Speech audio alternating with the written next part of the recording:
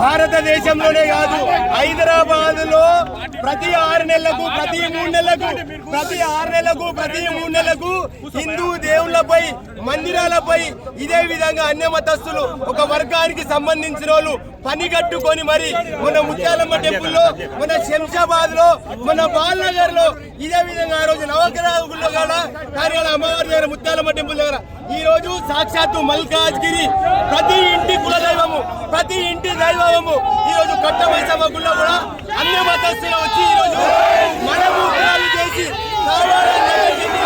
గుడి యొక్క ప్రాణాన్ని పాలించారు. ఇది కావాలనే ఈరోజు ఇది కావాలనే ఈ విధంగా చేస్తున్నారు. ఒక వర్గానికి సంబంధించిన వాళ్ళు అమ్మవారిని గుళ్ళని హిందువుల యొక్క మనోభావాలను దెబ్బతీయాలనే ఉద్దేశంతోనే కావాలని పని కట్టుకొని మరి ఈ విధంగా మా గుళ్ళని, మా దేవతలని, మా మనోభావాలను కించపరుస్తున్నారు. రాష్ట్ర ప్రభుత్వం వెంటనే స్పందించాలి. ఎవరు ఈ ముఠ ఎందుకు ఈ విధంగా చేస్తుంది?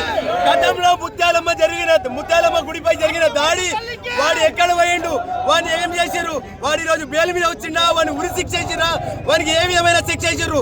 రేవంత్ రెడ్డి స్పందించాలి. మీరు ఇదే విధంగా ఉపేక్షించుకుంటా పోతే రేవంత్ రెడ్డి గారు ప్రతి క్షణమే స్పందించకపోతే రాబోయే రోజులలో తెలంగాణ రాష్ట్రము రావణ కాష్టమయ్యే అవకాశం ఉందని చెప్పి హెచ్చరిస్తున్నాము. భారత్ మాతా కీ భారత్ మాతా కీ జై శ్రీరామ్.